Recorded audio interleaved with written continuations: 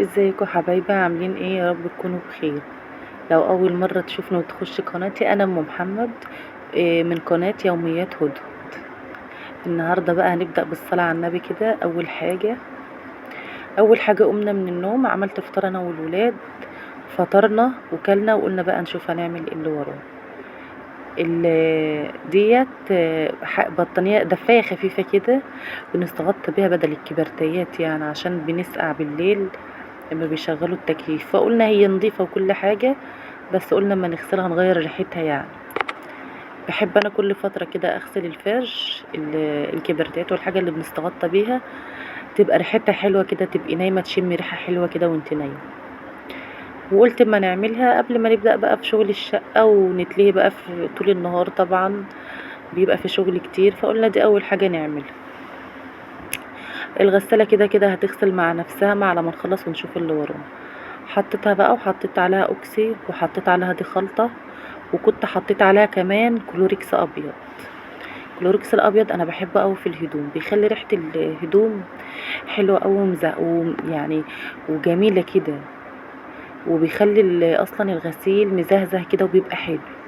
الكيس بنجيبه بيكفيني 3 غسلات ولا حاجة، لان هو بيبقى حامي. كيس ب10 جنيه بيكفيني 3 غسلات. ده لو ممكن 3 أو 2 لو غسلت بقى الحمام والحواض بيه. بيبقى حلو قوي على القعدات وعلى الحنفيات، بيخلوهم بيلمعوا، بتحس بنظافة. لما خلصت بقى الدفاية وحطيتها الكبرتاية وحطيتها في الغسالة، دخلت على الأوضة.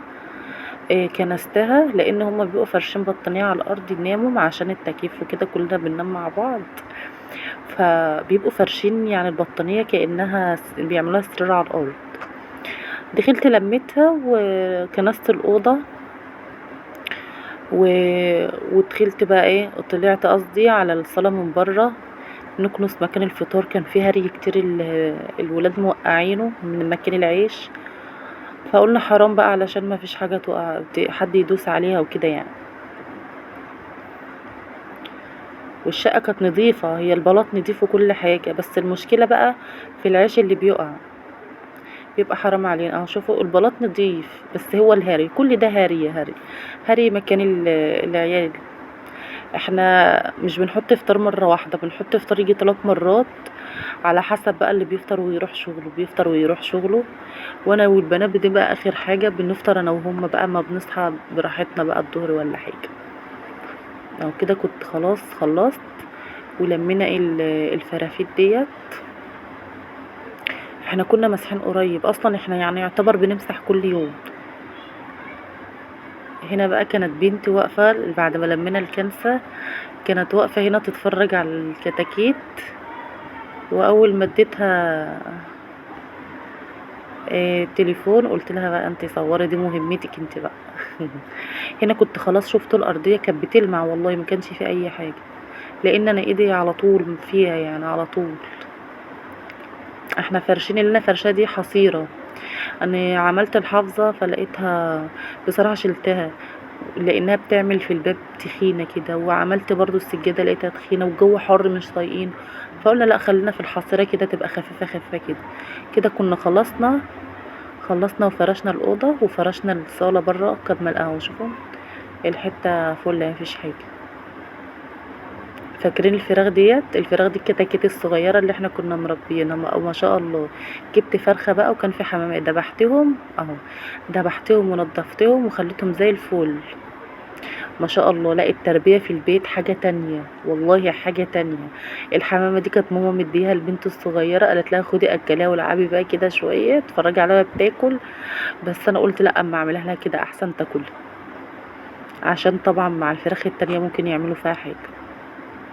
اما خلصت نضفتها ونقعتها في ليمون وفي خل، وبعدين قمت حطها بقى، حط حله كده سخنت حلو، وقمت نازله بقى عليها بالفراخ علشان نخلص بقى هي اول حاجه، ونخلص نشوف هنعمل بقيه الاكل هنعمل ايه النهارده. اهي شوفي الحله سخنه، هي بتبقبق، اهي الميه فيها بتبقبق. لو وصلت لحد هنا ما تنسوش تصلوا على النبي في الكومنتات، وتشتركوا في القناه وتعملوا لايك وايه تاني وتفعلوا زر الجرس عشان يوصلكم من كل جديد. هنا بقى كنت حطيت بصلايه حلوه محترمه، وحطيت انا هنا حطيت فلفل اسود بس وملح.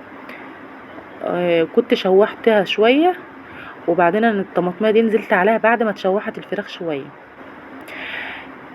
انا حبيت احط هنا فلفل اسود بس، انا مش عايزه اضيع طعم الفراخ بحاجه تانية.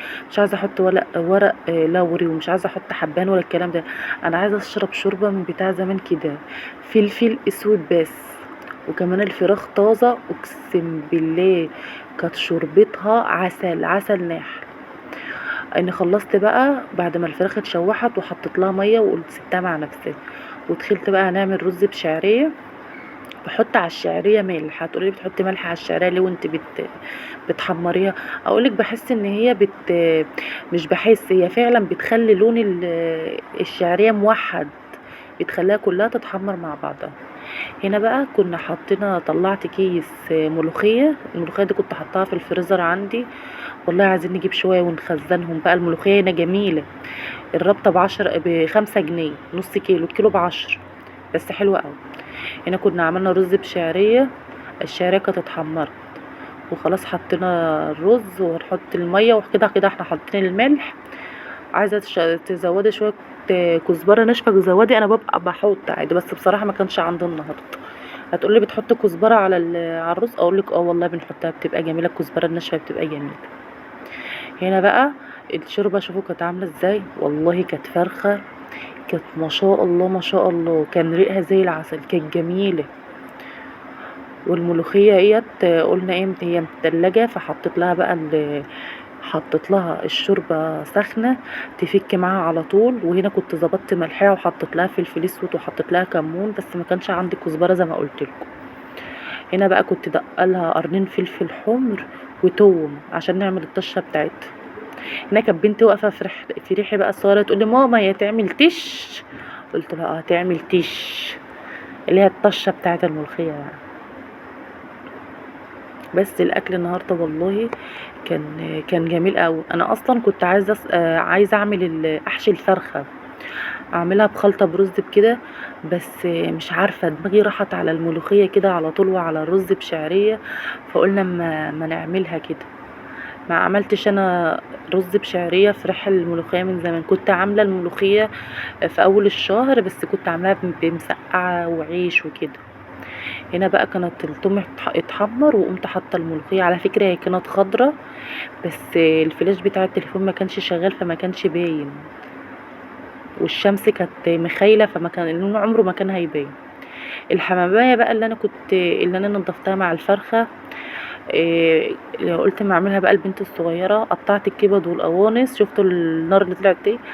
قطعت الكبد والقوانص بتاعتها وبتاعت الفراخ وحطيتها، وحطيت بتاع بصلايه حلوه، وحطيت لها معلقه من الدقه برضو اللي انا كنت عاملاها، وحطيت طماطمتين قطعتهم. هتقولي اه انت بتحطي توم اقول لك اه بحط، جربها بس وانت هتشوفها هتبقى عامله ازاي، تبقى جميله اقسم بالله جميله. هنا برضو حطيت الملح والكمون والفلفل الاسود وسنه وسنه اسمها ايه يا ربي، قرفه، سنة قرفة، سنة صغيرة خالص اهي. بصمصنا بقى الهون وعملنا. هنا الرز بشعرية شوفوا كان لسه ما استويش، بس شوفوا الشعرية كلها لون واحد، كلها لون واحد. هنا الخلطة اللي انا كنت عملتها بقى للحمام، انت بتسيبها شوية تستوي كده وكل حاجة تنزل ميتها، وبعدين بتقوم حاطة مية، شوية مية كده، كوبايتين مية على حسب يعني ايه، على حسب الرز اللي انت عاملاه. انا هنا كنت مزوده شويه مش عشان الحماميه بس، عشان عيالي بيحبوا من الرز بالخلطه اللي هي بتاع الحاجات دي. واللي حسبته لقيته كلوا الرز بالخلطه الاول، خلصوه كله، وبعدين ايه بقى بداوا يفكروا في الرز بشعريه. وحطيت هنا مكعب مرق قلت عشان يعزز الطعم، وحطيت على الملوخيه برضو مكعب مرق، بس معلش نسيت اصور. صلوا على النبي كده بقى، صلوا على النبي في الكومنتات، صلوا على النبي عليه الصلاه والسلام. هنا بنسوي الرز. هتقولي بتسوي الرز؟ اقولك اه بسويه. لما تسوي الرز 75% او 80% على حسب الحمام، انت عارفه هو صغير او كبير، فما تيجي تعمليه ما يفرقعش منك. حمرنا بقى الفراخ وقعدنا كلنا، العيال كانوا ميتين من الجوع. صلوا على النبي بقى في قلبكم، مع السلامه.